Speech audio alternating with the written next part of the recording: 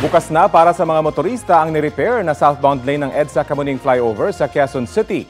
2 buwan niyang mas maaga sa target na reopening sa Oktubre. Ayon sa MMDA at DPWH, matibay at pasok sa standards ang flyover bilang paghahanda sakaling tumama ang The Big One. Tapos na raw ang repair sa ibabaw ng flyover at isusunod naman ang ilalim sa susunod na linggo. At silipin na po natin ang trapiko dyan sa mga oras na ito.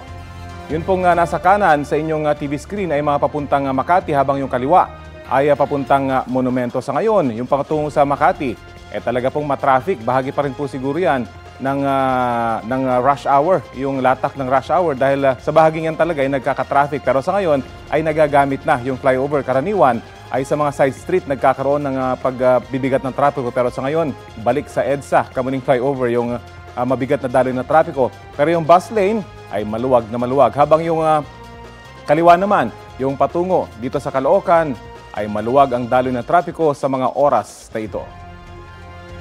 Kapuso, alamin ang maiinit na balita. Bisitahin at mag-subscribe sa GMA Integrated News sa YouTube. Sa mga kapuso abroad, samahan nyo kami sa GMA Pinoy TV at sa www.gmanews.tv.